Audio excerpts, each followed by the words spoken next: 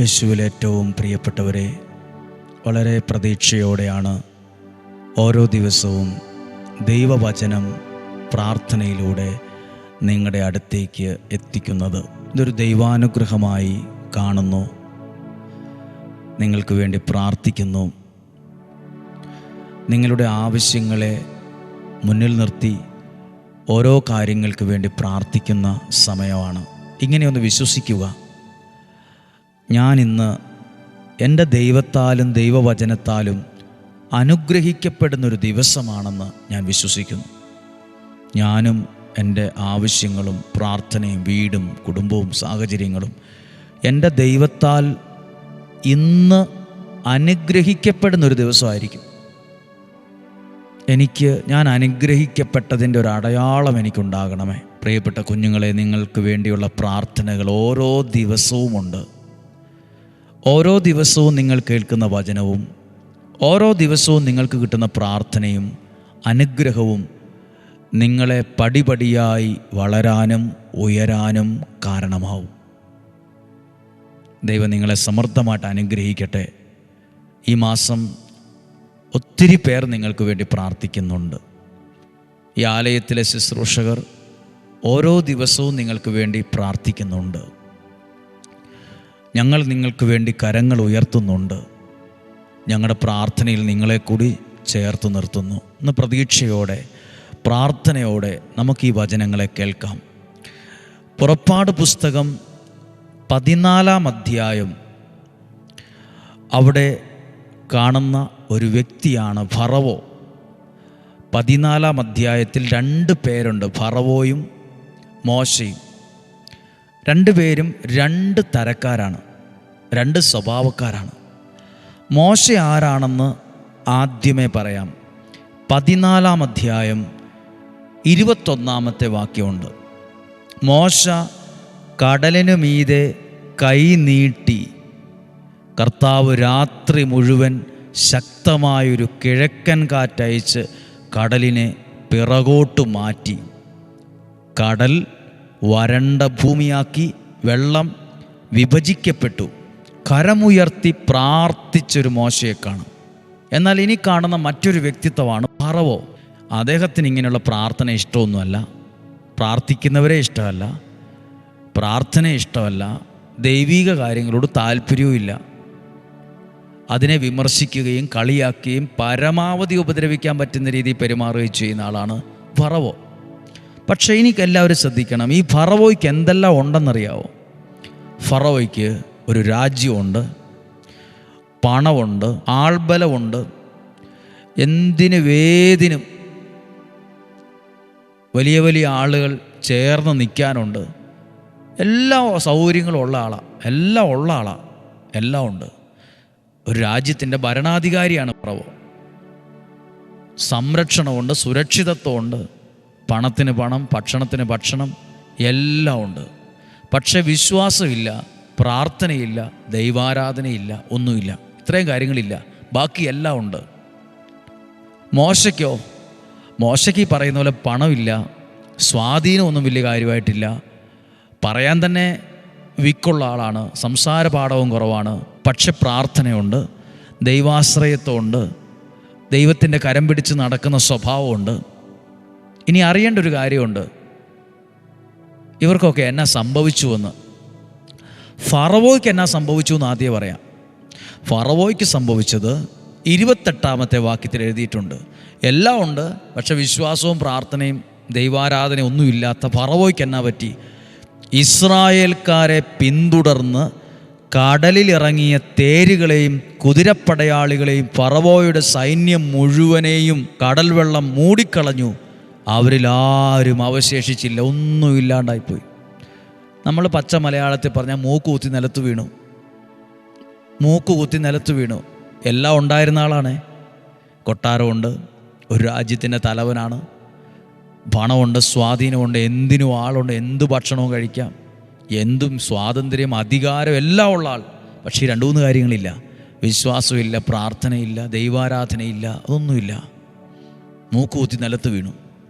എന്നാൽ പണവും സ്വാധീനവും ഇല്ല, വലിയ രാഷ്ട്രീയമായ ഒരാൾ ഒരു കഴിവുമില്ല, ആൾബലമില്ല, ഇതിന് മാത്രം പണവുമില്ല. പക്ഷെ ദൈവാശ്രയത്വമുണ്ട്, പ്രാർത്ഥനയുണ്ട്. 2 താൾ പുറകോട്ട് മറിച്ച് പുറപ്പാട് പുസ്തകം 11-ാം അധ്യായം 3-ാമത്തെ വാക്യം ഒന്ന് വായിക്കുവാണ്. മോശയ്ക്ക് എന്തുണ്ട്? പണവും സ്വാധീനവും കൊട്ടാരവും രാജ്യവും പട്ടാളവും ഒന്നും കൂടെയില്ല. പക്ഷെ ദൈവാശ്രയത്വമുണ്ട്, പ്രാർത്ഥനയുണ്ട്. എഴുതിയിട്ടുണ്ട്, ഈജിപ്തുകാർ ഇസ്രായേൽക്കാരെ ബഹുമാനിക്കാൻ കർത്താവ് ഇടയാക്കി. ഫറവോയുടെ സേവകരും ജനങ്ങളും മോശയെ ഈജിപ്തിലെ ഒരു മഹാപുരുഷനായി കരുതാൻ തുടങ്ങി. അവിടെ എഴുതിയിരിക്കുന്ന വാക്കുകളുണ്ട്, മോശയെ അവർ ബഹുമാനിക്കാൻ ഇടയായി. ഒരു മഹാപുരുഷനായി കാണാൻ ഇടവരുത്തി, ബഹുമാനിക്കാൻ ഇടവരുത്തി. മോശയിലൂടെയാണ് ഒരു ജനം കടൽ കടന്ന് കാനാൻ ദേശത്തെത്തിയത്.